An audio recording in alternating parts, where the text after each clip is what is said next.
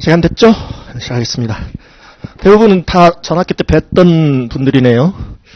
근데 뉴페이스도 좀 보이고. 지금 이번 학기, 5, 6월 학기부터 처음 지금 시작하신 분들 중에서, 회계 전공자가 아니신 분들, 회계 공부를 안 해보신 분들도 계실 수 있는데, 정부 및 비영리회계는요, 차변 대변만 알아도 돼요. 데빗 크레딧, 왼쪽 오른쪽 복식부기 시스템만 이해하셔도 충분히 따라하실 수 있다. 그리고 정부 및 비영리회계 요 교재 씁니다. 앞부분이 교재고 간지 뒷부분이 기출문제집이에요. 100% 기출문제.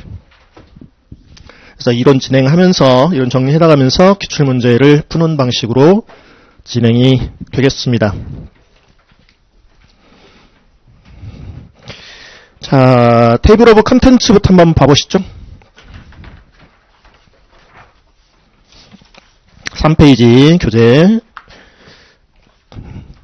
챕터가 2개 있어요. 이 2개 다가 진행이 돼요. 16회차에 걸쳐서.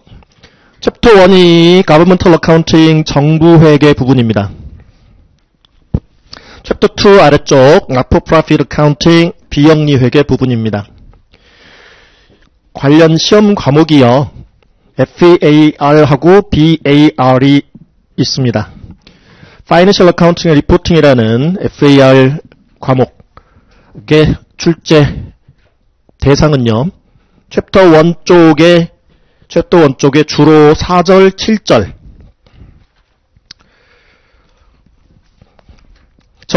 FAR 과목에서 정부회계 부분은요. 기본적인 내용만 출제된다고 보시면 돼요. 챕터 2는요. FAR 쪽에서 기본 내용 플러스 심화 내용까지 다 출제된다고 생각하시면 돼요.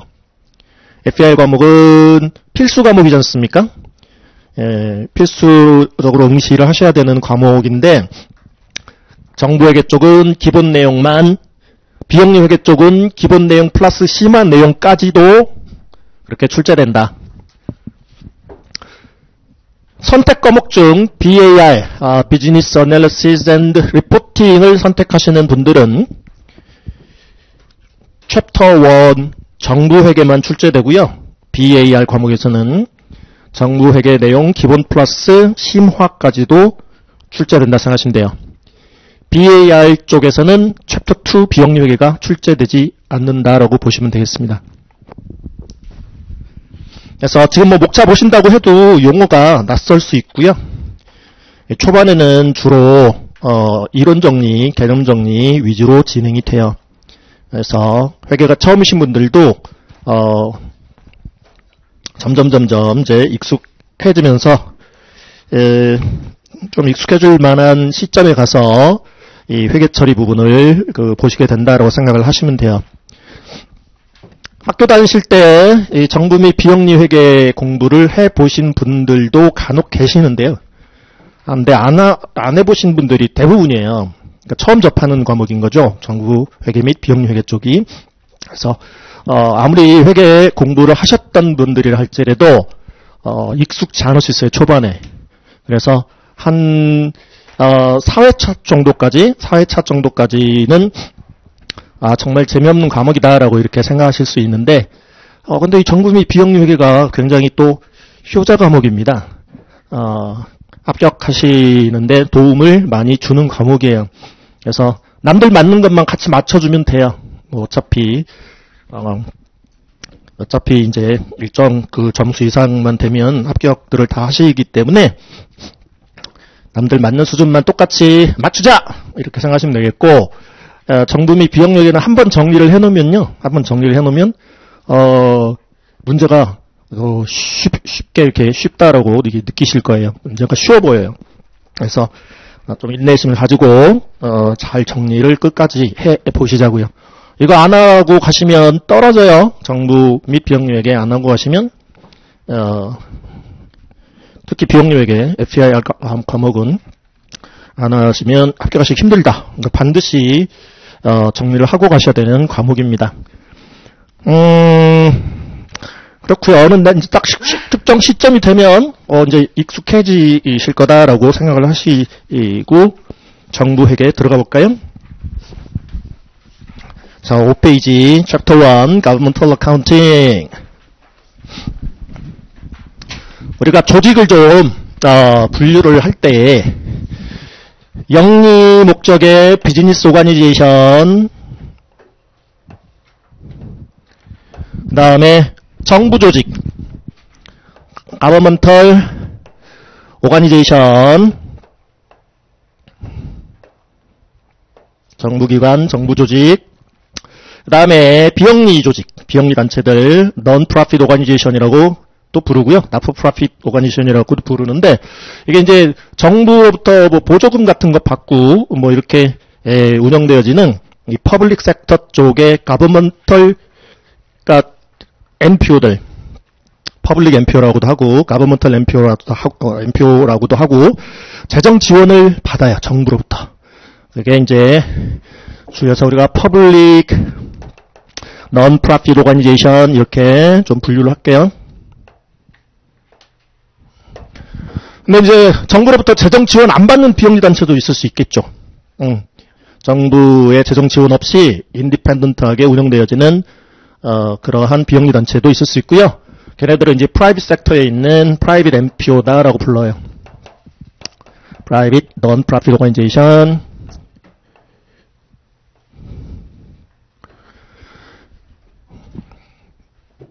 자, 그러면 우리가 커버하는 부분이요. 여기서 출발해서 이렇게 갈 거예요. 정부회계 보시고 그 다음에 비영리 회계를 보시는데 퍼블릭 섹터 쪽의 NPO들은 말이죠. 퍼블릭 쪽의 NPO는 정부 회계 기준에 따라 회계 처리를 해야 돼요. Governmental Accounting Standards Board라는 정부 회계 기준 위원회가 있어요. GASB 스탠다드에 따라서 정부 조직도 또 퍼블릭 NPO들도 거래나 사건들에 대한 회계 처리를 해야 돼요. 그럼 정부 회계 정리가 끝나버리면 퍼블릭 NPO 거 카운팅 부분도 정리가 같이 끝난다고 보시면 돼요. 똑같은 기준에 적용을 받기 때문에. 그래서 챕터 1에서 보시는 내용이 요 두 내용이다. 정부회계 및 퍼블릭 NPO들이 따라야 되는 스탠다드들을 보실 거다. 그 다음에 비즈니스 오가니제이션들하고요, 프라이빗 NPO들은 Financial Accounting Standards Board에서 재개정하는 회계 기준에 따라서 거래나 사건들을 처리해줘야 돼요. Financial Accounting Standards Board, FASB 스탠다드에 따라서. 근데 이제 챕터 2, 우리 챕터 2에서 이 프라이빗 NPO들의 FASB 스탠다드를 정리한다고 생각하시면 돼요. 비즈니스 오가니제이션들의 어카운팅 스탠다드들은 이 어카운팅 프린서플을 포함해서 인터미디엇 어카운팅, 어드밴스드 어카운팅, 중급 회계, 고급 회계 시간에 커버가 되는 부분이고, 그래서 얘네들은 인터미디엇 어카운팅, 어드밴스드 어카운팅 쪽에서 커버가 되어지는 부분이다. 비즈니스 오가니제이션들에 대한 어카운팅 스탠다드. 그래서 우리는 지금 not-for-profit 어카운팅, 그래서 우리는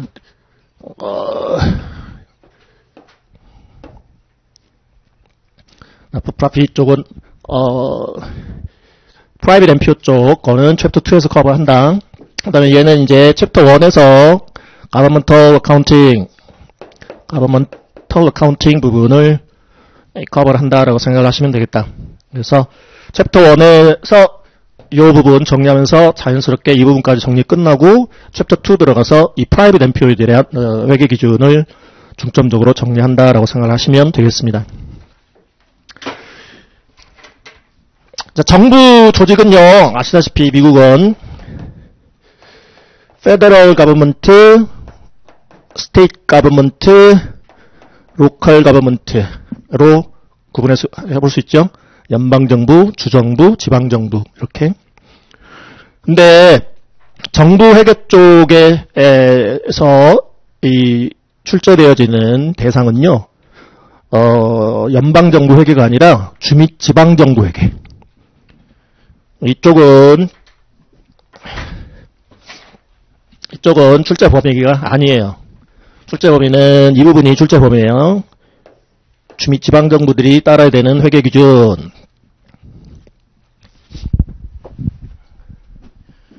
그래서 정부를 이렇게 분류를 해볼 수 있다. 비영리 단체는요, 비영리 단체는 크게 4개 캐리고라이즈 시켜볼 수 있는데, 퍼블릭 섹터든 프라이빗 섹터든 간에, 가버먼털 NPO든 non-governmental NPO든 간에, 그러니까 얘를 가버먼털 NPO라고도 부르고 얘를 non-governmental NPO라고도 불러요. 근데 가버먼털이든 뭐 non-governmental이든 즉 퍼블릭 쪽이든 프라이빗 쪽이든 간에 일단은 교육기관, colleges and universities, 대학 회계 중심으로, colleges and universities, 교육기관 회계. 그 다음에 healthcare organization, 그래서 의료기관 회계, 병원 회계 중심으로, hospital accounting 중심으로, 병원 회계 포함하는 의료기관 회계, healthcare organization. 그 다음에 사회복지단체 회계, voluntary health and welfare organization이라고 부르고요. 자발적으로 국민들의 헬스, 건강을 위해서, welfare, 복지를 위해서 설립된 단체들, 사회복지단체 회계, voluntary health and welfare organization. 나머지 비영리 단체들은 다 other NPO로 구분해 볼 수 있습니다. other non-profit organization으로 구분해 볼 수 있어요.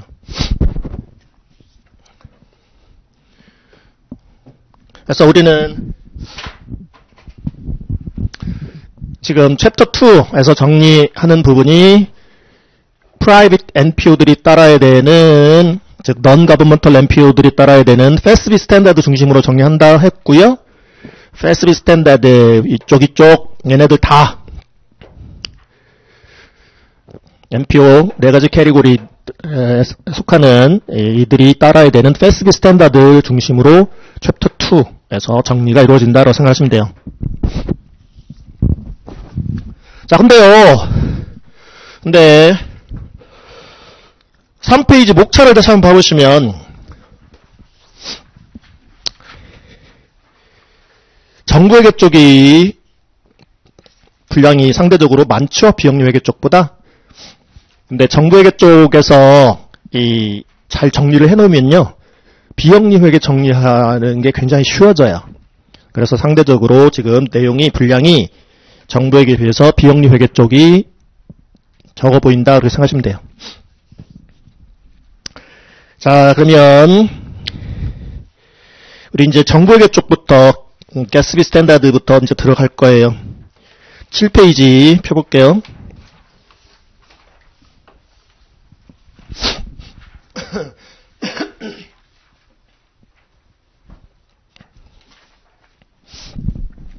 자, Introduction to Governmental Accounting 나와 있고요.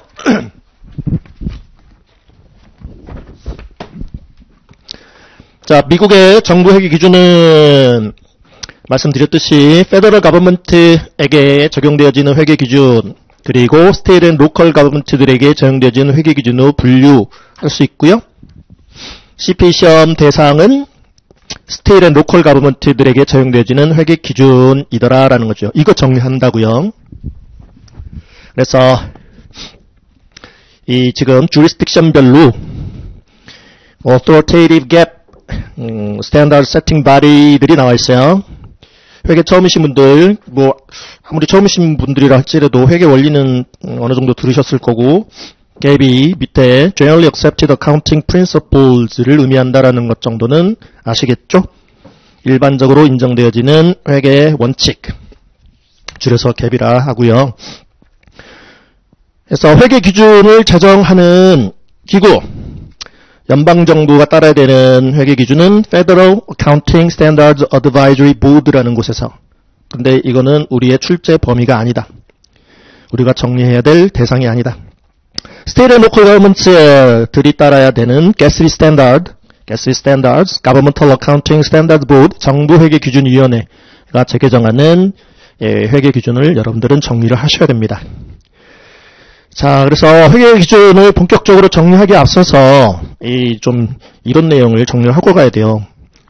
그래서 큰 1번 Key Characteristics of Governmental Accounting, 정부 회계의 회계의 주요 특성들이 있습니다. 그래서 Governmental Accounting 분야는요, Governmental Organization들이 수행하는 각종 활동에 대한 경제적 정보를 회계정보 이용자들한테 제공하는 회계 분야인데, 우리 비즈니스 오가니제이션들이 따라야 되는 커머셜 어카운팅, 기업 회계 쪽하고 이렇게 같은 부분도 있고 다른 부분도 있고 좀 그래요. 그래서 어쨌든 뭐 이제 회계 정보 이용자들이 어떤 본인의 의사결정을 하는데 그 유용한 정보 제공을 받기 위해서 이렇게 회계 정보들을 이용할 수 있을 텐데요. 그래서 정부에게도 뭐 정부들의 재무제표 이용자들한테 유용한 정보를 제공합시다. 목적 적합한 의사결정에 목적 적합한 관련성 있는 정보를 제공합시다가 중요한 목적이고요. 기업회계 분야도 마찬가지죠. 그들의 회계정보 이용자들에게 있어서 회계정보 이용자들의 각종 의사결정에 목적 적합한 유용한 관련성 있는 정보를 제공하는 게 주된 목적입니다. 그건 같은 점이죠. 그래서 useful information 제공을 목적으로 하고 있고, 또한 회계 시스템과 방법에 있어서도 양자가 유사하다. 뭐 대표적으로 복식 부기 시스템, 더블 엔트리 시스템으로 이렇게 회계 처리를 하고 있더라라는 거죠. 하지만 차이점도 있다. 정부 쪽은 이제 공공성 추구, 뭐 이런 이제 정부 조직으로서의 특수성이 있고, 그래서 비즈니스 오가니제이션들과는 다른 다음과 같은 주요 특징들이 있는데요. 그래서 가버먼털 어카운팅 쪽과 커머셜 어카운팅 쪽에 차이가 발생하기도 합니다. 차이점도 있다, 다른 점도 있다. 먼저 정부는요, 기본적으로 absence of profit motive예요. 이윤 동기가 없습니다. 그러니까 뭔가 이윤을 내기 위한 활동이 주목적은 아니죠. 정부 조직이라는 게. 그래서 정부 기관들, 정부 조직들은 시민들한테 각종 공공 서비스를 제공할 목적으로 설립 및 운영되는 조직이다라는 거죠. 그래서 가버먼트 오가니제이션들은 전기, 가스, 수도와 같은 퍼블릭 유틸리티즈를 수행하는 가버먼털 엔터프라이즈 공기업들을 제외하고는요, 기본적으로 이윤 추구의 동기가 없습니다. 국민에 대한 다양한 분야의 공공 서비스 제공을 기본 목적으로 하는 조직입니다. 라는 차이점이 존재하는 거죠. 그래서 뭐 전기, 가스, 수도 우리 쪽에서는 용어를 이 유틸리티즈라는 용어를 가버먼털 어카운팅 쪽에서 주로 쓸 거예요. utilities. 그래서 뭐 다른 그 과목 다른 분야에서는 utilities,를 뭐 공공 요금 를 의미하는 그러한 용도로 더 많이 사용이 됩니다만은 우리 쪽은 이런 공기업 생각하시는 경우가 많이 등장할 거예요. 그래서 이런 뭐 전기 공급, 가스 공급, 수도 공급 이런 거는 지속적이고도 계속적이고도 안정적으로 이 서비스가 제공이 돼야 되기 때문에 약간의 이윤 추구의 동기가 있을 수는 있습니다. 그래서 전기 사용량에 비례한 전기 요금을 부가 징수하고 가스 요금, 수도 요금과 같은 이런 이제 요금을 부가 징수할 수 있죠. 근데 그러한 이 부분을 그러한 이제 조직들을 제외하고는 기본적으로 이윤 추구 동기가 없다. 공공 서비스 제공을 기본 목적으로 한다. 그런 차이점이 있다. 그 다음에 양가로 2번에 restrictions on raising and spending, 자원의 조달 및 사용에 대한 제한도 있더라. 상대적으로 일반 영리 기업에 비해서, 영리 조직에 비해서. 그래서 재정 조달, 그리고 그 조달한 재정을 사용함에 있어서 상대적인 제약, 각종 구속력 있는 제한 조건들이 따르는 경우들이 대부분인데요. 자, governmental organization들의 resources, 자원의 조달, 재정의 조달 및 사용에는 법, 예산, 계약, 이런 지금 여러 가지 제약들이 따르는 경우들이 대부분입니다. 법에 따라 재정을 조달하고 집행해야 하며 예산에 따라 또 예산을 중심으로 법적 예산을 중심으로 의회를 법규 형태로 통과한 그러한 예산이라면 그 법적 예산에 따른 집행, 재정 조달 및 집행, 또 계약에 따른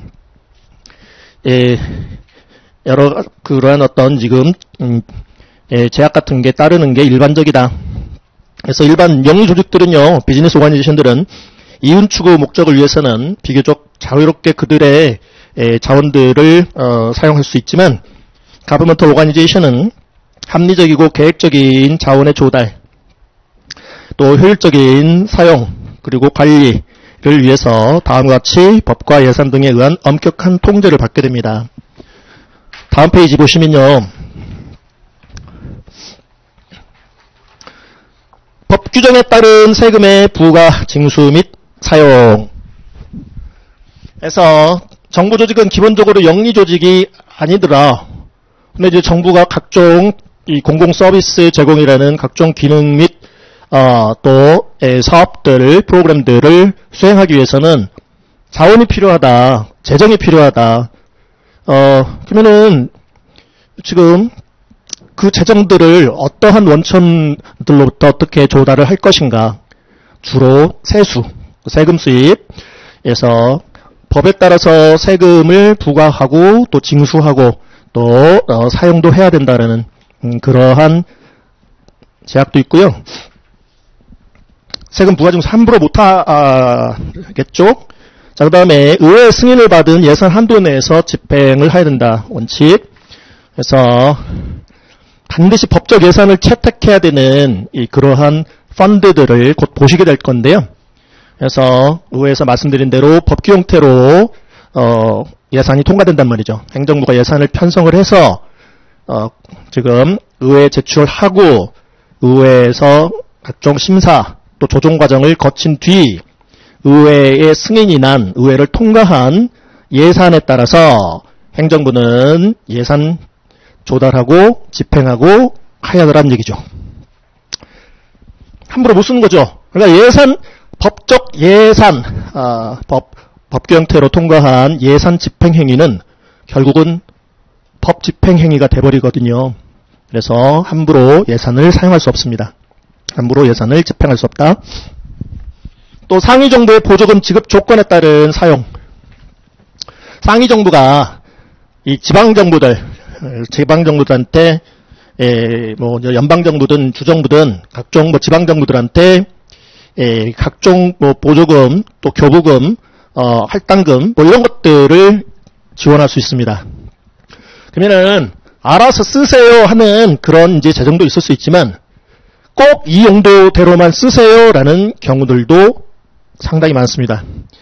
뭐 예를 들어서 주정부가 시정부한테 그랜트라는 이제 보조금을 주면서 이 보조금은, 이 그랜트는 restricted grant로서 경찰 버스, 경찰 차량 취득하는 용도로만 꼭 쓰세요 하고 지급을 하는 경우에 시정부는 다른 용도로 그 보조금을 집행을 할 수가 없습니다. 반드시 경찰 버스 또 경찰 차량을 취득하는 지금 예산으로만 집행을 하여야 합니다. 경찰들 리트레이닝비로 꼭 쓰세요 라고 상위 정부가 하위 정부한테 보조금을 지급하였다면 하위 정부는 마찬가지죠. 경찰 훈련비로만 써야 돼요. 경찰들 훈련비로만 써야지 다른 용도로 집행해서는 아니 됩니다. 보조금 지급 조건에 따라서 꼭 사용을 하여야 하더라. 동그라미 4번 기부자의 제약에 따른 기부금의 사용. 경우에 따라서 정부 조직들이 시민들로부터 기부를 받는 경우도 있을 수 있습니다. 그래서 한 시립 도서관 이용자가 시립 도서관을 자꾸 이용하다 보니 불편한 점도 많고 시설도 이렇게 개선을 많이 해야 될 것 같고, 그래서 시민의 한 사람으로서 시정부에 10만 불을 기부하면서 이거 시립 도서관 어떤 그 환경 개선 사업비로 또 시설 개선 사업비로 꼭 써주세요 라고 제약을 걸면서 기부 계약에 따라서 시정부에 기부를 한다면 시정부는 그 시립 도서관 시설 개선비, 환경 개선비로만 꼭 집행해야 되겠죠. 다른 용도로 못 쓰겠죠?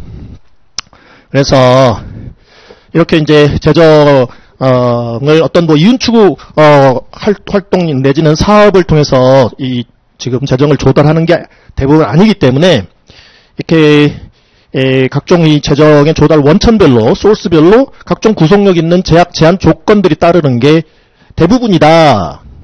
그게 이 일반 영리 기업하고의 차이점이 될 수 있다.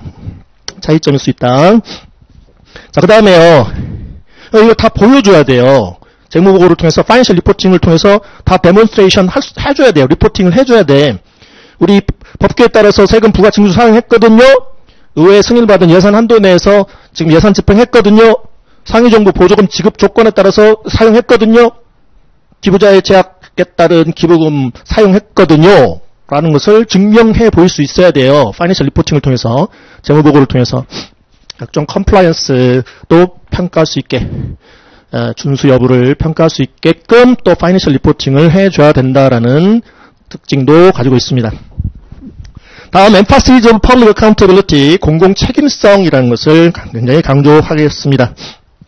그래서 governmental accounting 부분은 commercial accounting 쪽에서 강조하고 있는 정부 이용자의 의사결정의 유용성, usefulness 이외에도 이 public accountability를 정부 이용자들이 평가할 수 있게끔 재무보고를 하세요 라고 강조하고 있습니다. public accountability, 공공책임성 내지는 공공회계 책임이라는 것은 정부가 자원을 조달하고, 즉 재정을 조달하고 관리하고 사용함에 있어서 국민들에게 정당화할 수 있어야 하고 책임도 져야 함을 의미합니다. 자세한 내용은 다 뒤에서 보실 거예요. 오늘은 큰 뼈대 잡을 겁니다. 정부에게서 정리하셔야 되는 큰 틀을 오늘 정리를 할 겁니다. 바로 9페이지에 있습니다. 9페이지 Integrated Approach라고 좀 나와 있죠? Integrated Approach. 자, 이 비즈니스 오가니제이션들의 재무제표 이용자들, 재무제표 이용자들을 한번 생각을 해보시면, potential investor, 잠재적 투자자부터 또 이미 기존 그 투자자들, 또 돈 빌려준 creditors, 채권자들, 또 watchdog agencies, 감독 기관들,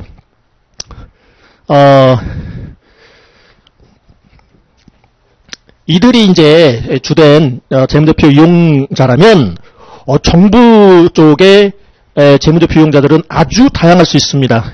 아주 다양할 수 있어요. 10페이지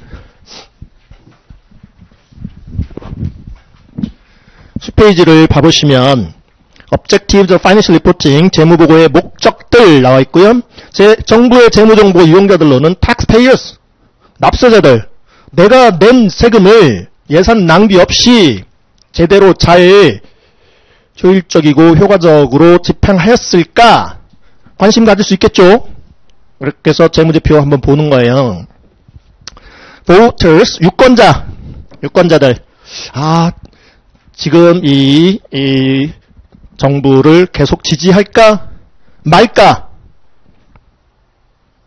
판단함에 있어서, 결정함에 있어서 재무제표를 이용할 수도 있을 거고요. 사업보고서를 이용할 수도 있을 거고요.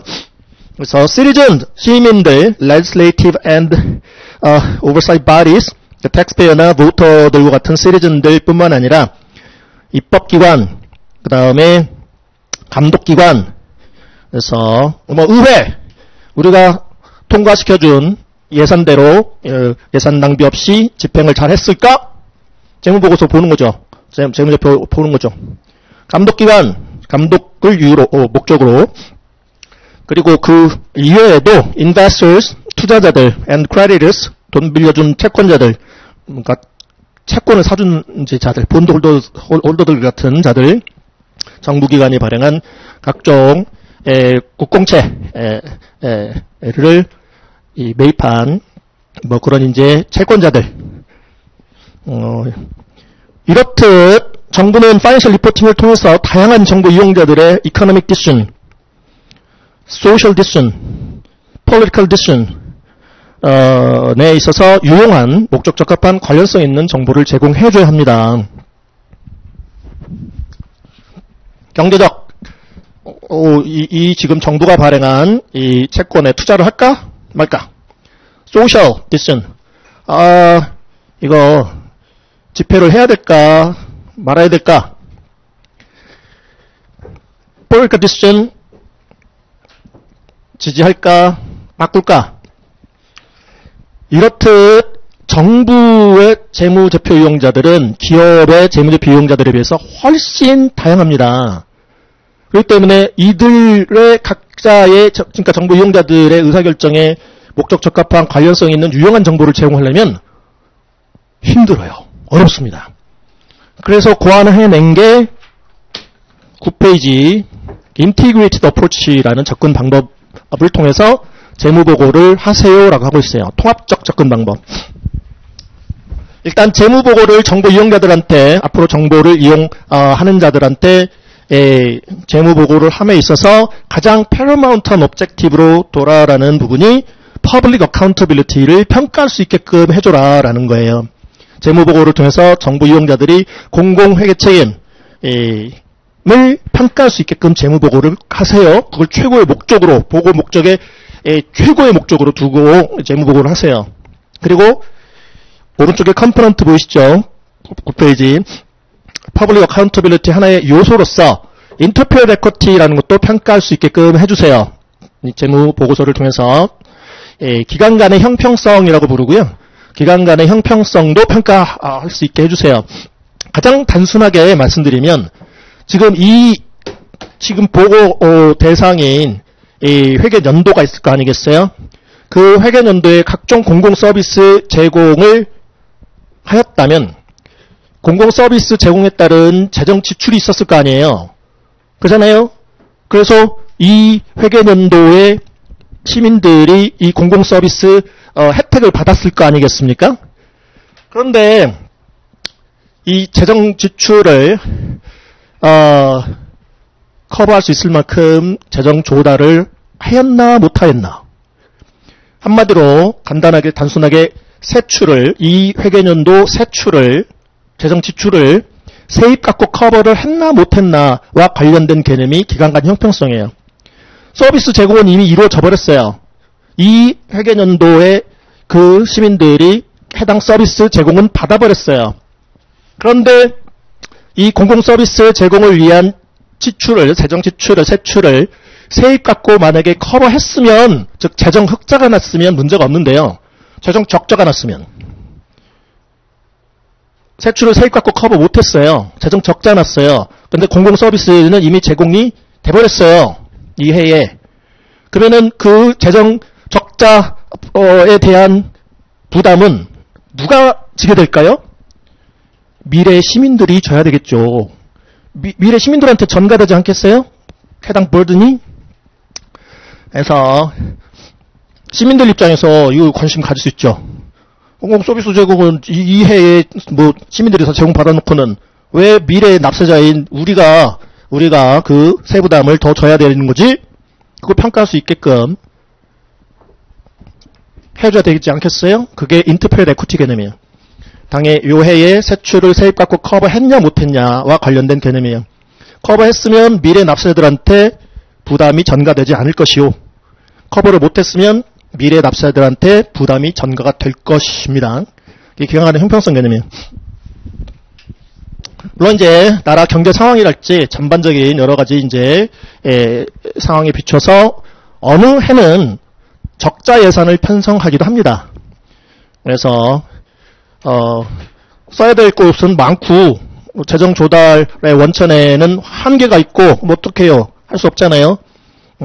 재정 지금 적자 예산이라도 편성을 해서 당장의 상황을 타개를 해야 될 거 아니겠어요? 그래서 그것과 관련한 개념이 기간 간의 형평성이다.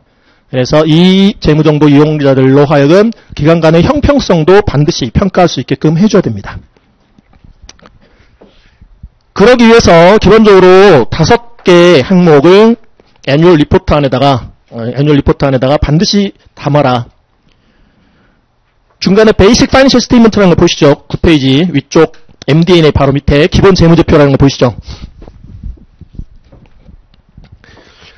자, 기본 재무제표라 함은 베이직 파이낸셜 스테이트먼트라 함은 오른쪽에 펀드 베이스드 파이낸셜 스테이트먼트 기금 단위 재무제표와 왼편에 가버먼트 와이드 파이낸셜 스테이트먼트 정부 단위 재무제표로 구분됩니다.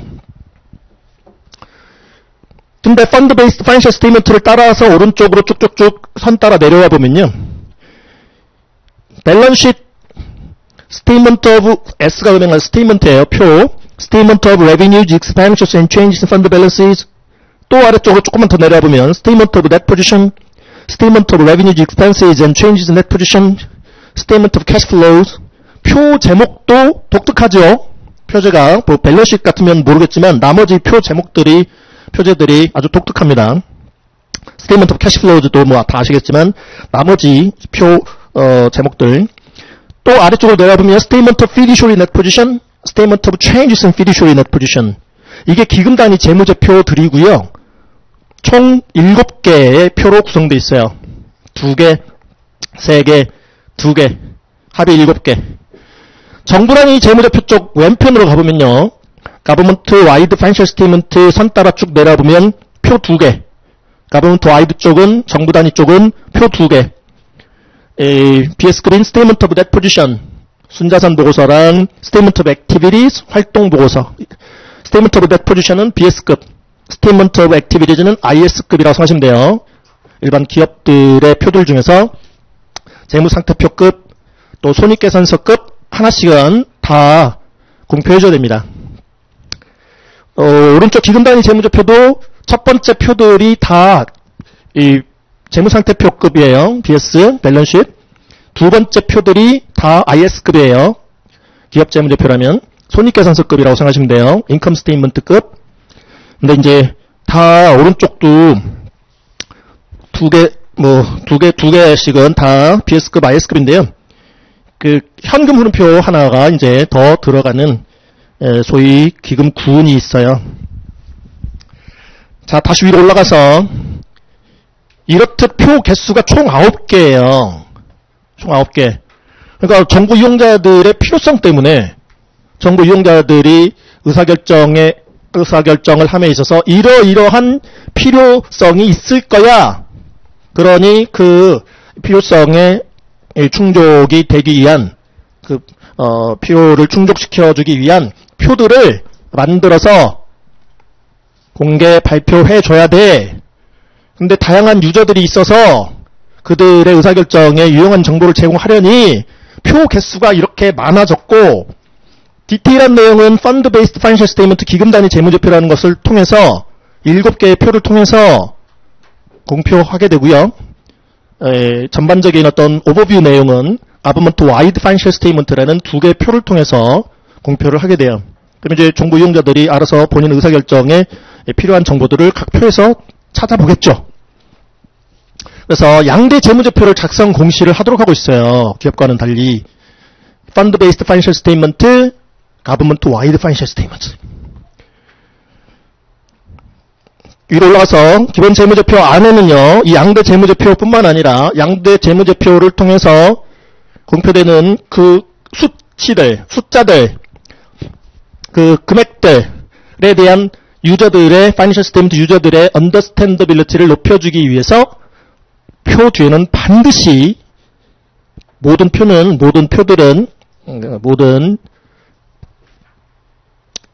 재무와 관련한 표들은 반드시 노트를 뒤에 달게 되어 있습니다. 주석 공시. 그래서 이 세 개 항목이요. Government Wide, Fund Based, Notes까지가 기본 재무제표라고 불리우는 섹션이에요. 기본 재무제표. 근데 그 앞뒤로, 기본 재무제표 앞뒤로 붙는 것들이 또 있어요. 기본 재무제표 앞에, 애뉴얼 리포트 중에서 기본 재무제표 앞에 붙어야 되는 부분이 Management Discussion and Analysis라는 Required Supplementary Information이에요. 이 MD&A 보시죠? MD&A. Management Discussion and Analysis. 경영 토의 및 분석. 이게 일반 기업들의 애뉴얼 리포트도 봐보시면, 사업보고서, 연간 사업보고서를 봐보시면, MD&A 섹션이 있습니다. 기본 재무제표 앞에 MD&A가 붙어요. 그래서, 기업의 사업보고서라면, 뭐, 뒤에 오게 될, 각종 표들에 대한 설명도 좀 해주고, 그 다음에 각종 그래프도 좀 넣어주고, 뭐 이렇게 해서, 당의 경영 성과도, 경영 실적도 좀 먼저 사전에 좀 알려주고, 이 그러한 섹션이 MD&A 섹션이라고 보시면 되겠고요. 정부도 마찬가지예요. 기본 재무제표 앞에 이 MD&A를 위치시켜란 얘기예요. 그래서 이질리 리더블한 폼으로 재무제표 앞에서 사전에 정부 이용자들한테 각종 행정적 성과랄지 뭐 그런 것들 뒤에 오게 될 표의 목적들이랄지 보고 목적들이랄지 그런 것들을 기재를 해주세요라는 이러한 취지의 섹션이라고 보시면 돼요. MD&A. 필수적으로 반드시 넣어야 되는데요. 누가 필수적으로 넣으라고 요구를 하면 이들이 요구하고 있습니다.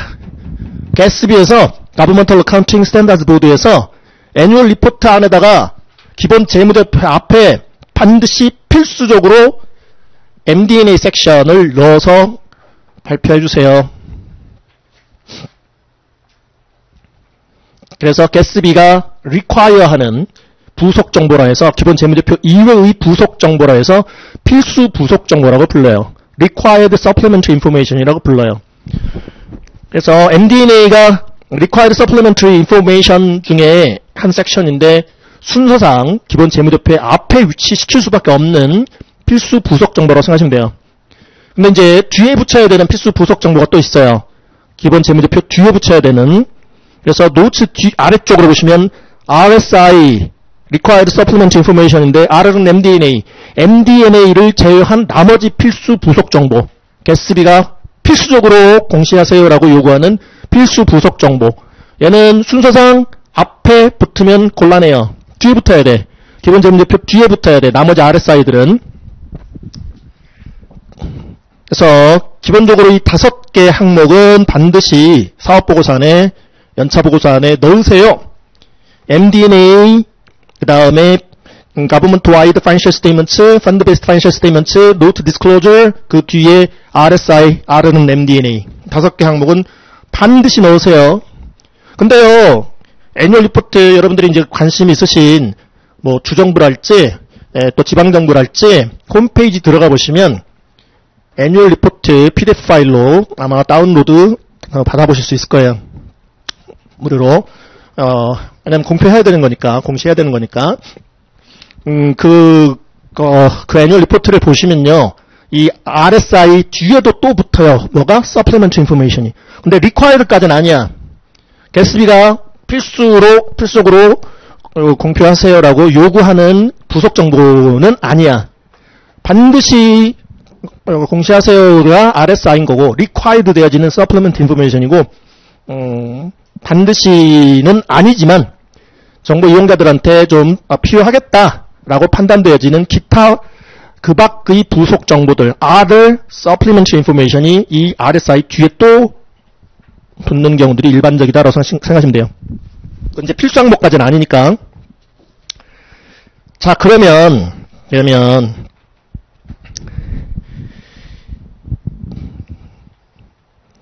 베이식 파이낸셜 스테이트먼트 오른쪽에 보시면 Fiscal Accountability Detail이라는 표현을 보실 수 있고, 그러니까 정보 이용자들이 이 보고서 이용자들이 Public Accountability를 평가할 수 있게끔 재무보고를 하세요 그랬잖아요. 그걸 최고의 목적으로 하세요. 그 목적 달성을 보고 목적 달성을 하기 위해서 기금 단위 재무제표를 작성 공시하되, 기금 단위 재무제표의 이 이용자들이 바로 accountability 중에서도 fiscal accountability라는 것을 재정상의 회계 책임이라는 것을 평가할 수 있게끔 하세요라고 하고 있습니다. 굉장히 디테일한 내용들이 들어가고요. 기금이라는 표현이 지금 나오기 시작했어요. 펀드. 그래서 정부회계의 특징 중에 하나가 펀드 어카운팅을 사용한다. 기금 회계라는 것을 사용한다라는 주요 특징이 있습니다. 기금 회계. 그래서 각 기금별로 디테일한 내용을 담아서 상세한 내용을 담아서 어떠한 원천으로부터 어떻게 재정을 조달하여 어떠한 지금 펑션들 또 프로그램들 수행을 하기 위해서 얼마만큼 재정 집행을 하였는가 상세하게 보고하기 위한 목적의 표가 Fund Financial Statements, Fund Based Financial Statement, 기금 재무제표, 기금 단위 재무제표가 되겠습니다. 그래서 표 개수만 해도 7개잖아요. 펀드 어카운팅을 사용하는 이유는 여러분들도 이제 이미 아시다시피 정부가 조달하는 재정들은 원천별로 각종 구속력 있는 제약 제한 조건들이 따르는 게 일반적입니다. 그러면은 이거를 일반 기업들처럼 하나의 어떤 그 회계 실체, 어카운팅 엔터티로 하나의 표를 통해서 보고를 해버리면 보고 목적 달성을 할 수가 없게 돼버려요. 상위 정부가 하위 정부한테 아까 restricted grant를 주면서 경찰 버스 취득하는 용도로 꼭 써? 그 조건으로 보조금 지급해 주는 거야? 그러면 하위 정부는 말이죠. 정말로 상위 정부가 주정부라면 스테이트 가버먼트로부터 받은 그 restricted grant를 경찰 버스 취득하는 용도로 집행했다라는 것을 증명해 볼 수 있어야 될 거 아니에요. 그렇잖아요. 잘 컴플라이언스 했어요 라고 데몬스트레이션 할 수 있어야 될 거 아니에요. 파이낸셜 리포팅을 통해서. 근데 이거를 다른 그 거래나 사건들이랑 같이 합쳐서 하나의 표로 이렇게 보고를 해버리면 이 정부 이용자들은 상위 정부는 그 보조금 지급 조건대로 제대로 집행했는지 알 수가 없게 될 수가 있어요. 그래서 그런 이제 구속력 있는 제약 제한 조건에 따라서 처음부터 재정 조달 시부터 기금들을 설정해. 별도의 기금들을 구분해놔. 그래서 각 기금별로 이제 거래나 사건들을 처리를 하게끔 하고 있어요. 그래서 워낙 구속력 있는 제약 제한 조건들이 많이 있을 수 있다 보니까 그런 이제 제약 제한 조건대로 이제 펀드를 기금을 하나하나 설정을 해서 거래 사건들을 회계 처리를 하다 보면 규모가 큰 정부일수록 설정 사용하는 펀드 개수가 많아질 수 있어요. 근데 그거를 유형화 시켜보면 총 11개 타입으로 구분이 가능해요. 타입으로 따진다면 11개 타입으로 이렇게 구분할 수 있어요. 그래서 오른쪽으로 살짝 내려보면요. 펀드 파이낸셜 스테이트먼트 쪽 살짝 내려보면 가버먼털 펀즈라고 용어 보이시죠? 가버먼털 펀즈. 가버먼털 펀즈 캐리고리에 속하는 펀드 타입으로는 총 5개 타입이 있어요. 제너럴 펀드, 스페셜 레비뉴 펀드, 캐피탈 프로젝트 펀드, 뎃 서비스 펀드, 퍼머넌트 펀드. 일반 기금, 특별 수익 기금, 자본시설 취득 건설 사업 기금, 부채 상환 기금, 영구 보존 기금. 그 아래에 프로프라이터리 펀드 또 보이시죠? 자립형 기금.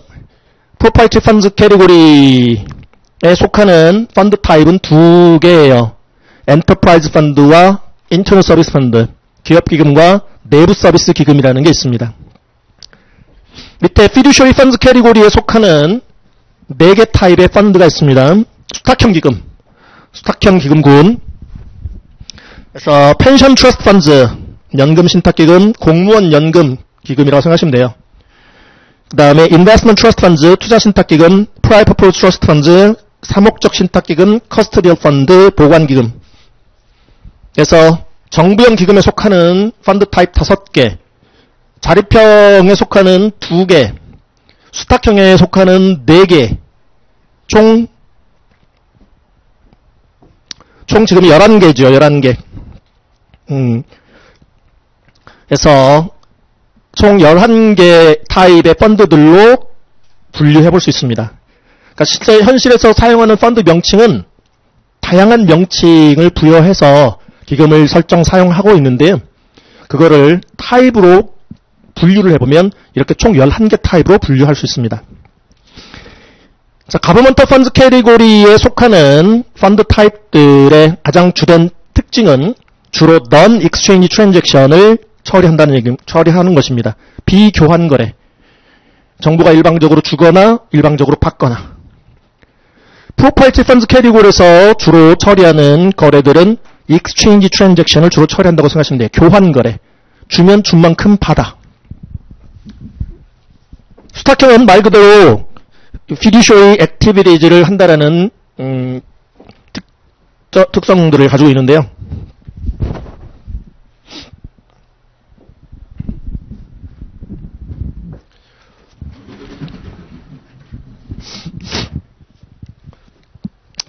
기중에 각 펀드별로 이제 재정 조달부터 구속력 있는 그런 이제 제약 제한 조건에 따라 펀드를 구분해서 설정을 좀 하고요.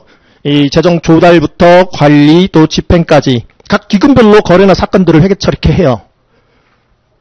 그렇게 해서 그거 이제 자료를 기초로 분기, 반기, 온기 재무제표들을 만들게 하고 그거를 컨비네이션 시킨다는 표현을 쓰는데 컨비네이션 시켜서 익스터널 리포팅 목적상, 외부 보고 목적상 이렇게 정부형 기금 재무제표라는 표 2개, BS급 하나, I급 하나, 자립형 기금 재무제표 BS급 하나, I급 하나, 또 현금주의로 작성된 현금 흐름표까지 스테이트먼트 오브 캐시플로우 3개. 수탁형 기금은 수탁형 기금 재무제표라는 fiduciary fund financial statement BS급 하나, I급 하나. 이렇게 각 펀드별 재무제표들을 컨비네이션 시켜서 이렇게 외부 보고 목적상의 정부형 기금 재무제표, 자립형 기금 재무제표, 수탁형 기금 재무제표를 외부의 이용자들한테 공개 발표를 하도록 하고 있습니다. 그러니까 펀드 하나하나마다 예를 들어서 가버먼트 펀드 캐리고리에 속하는 펀드 타입들 있잖아요. 펀드 하나하나마다 내부 보고 목적상에 BS, 밸런시도 있고, Statement of Revenue Expansion Changes 펀드 밸런스도 있고, 그렇게 생각하시면 돼요. 근데 그 내부 보고 목적상, 내부 관리 및 보고 목적상 그렇고, 외부 보고 목적상으로 그렇게 각 펀드별로 이 BS급 하나, I급 하나를 다 공표하면은 정부 이용자들한테 혼란을 야기시킬 수도 있고, 또, 오도할 수도 있어서 그걸 컨비네이션이라는 절차를 통해서 하나의 표에 이 펀드 칼럼들을 줘서 이렇게 7개 표로 보고를 하게끔 하고 있습니다. 그게 이제 디테일한 내용, 공공 서비스 제공을 위해서 어떠한 원천으로부터 재정을 조달하여 얼마씩 집행했는가, 그거가 관심 있는 유저들은 이 펀드 베이스드 파이낸셜 스테이트먼트를 이용하게 될 거고요. 오버뷰, 전반적인 어떤 공공 서비스 제공 내용에 대한 내용이 궁금한 유저들은 왼편에 가버먼트 와이드 파이낸셜 스테이트먼트를 이용하게 됩니다. 그래서 가버먼트 와이드 쪽 왼편에 보시면 오퍼레이셔널 어카운터빌리티, 운영상의 회계 책임을 정부 이용자들이 평가할 수 있게끔 하라. 오버뷰, 전반적인. 정부의 운영 활동이란 건 뭐예요? 기업 같으면 영업 활동이 이 오퍼레이션일 텐데요. 비즈니스 오퍼레이션. 정부의 운영활동이라 하면 공공서비스 제공입니다. 정부의 주된 운영활동은 공공서비스 제공이에요. 그래서 퍼블릭 세이프티 펑션부터 시작해서 공공안전, 경찰, 소방, 그 다음에 여러 가지 이제 기능들을 보실 거예요. 퍼블릭 세이프티, 퍼블릭 워크스, 엔지니어링 서비스, 시미트리, 또 여러 가지 정부가 수행하는 기본적인 기능들을 보시게 될 건데요. 그래서 좀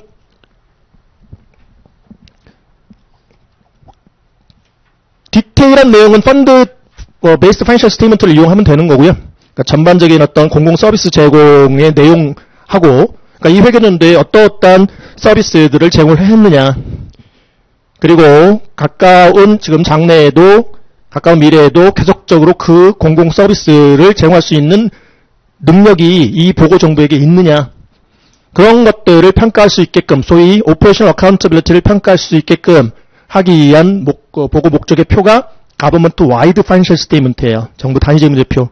그래서 표가 딱 두 개인 거예요. 스테이트먼트 오브 뎃 포지션과 스테이트먼트 오브 액티비티즈, BS급 하나, I급 하나.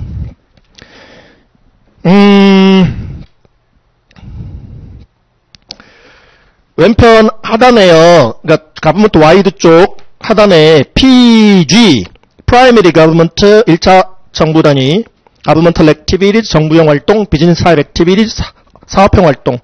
그 다음에 CEU, Component Units, 부속기관이라는 게 있는데요.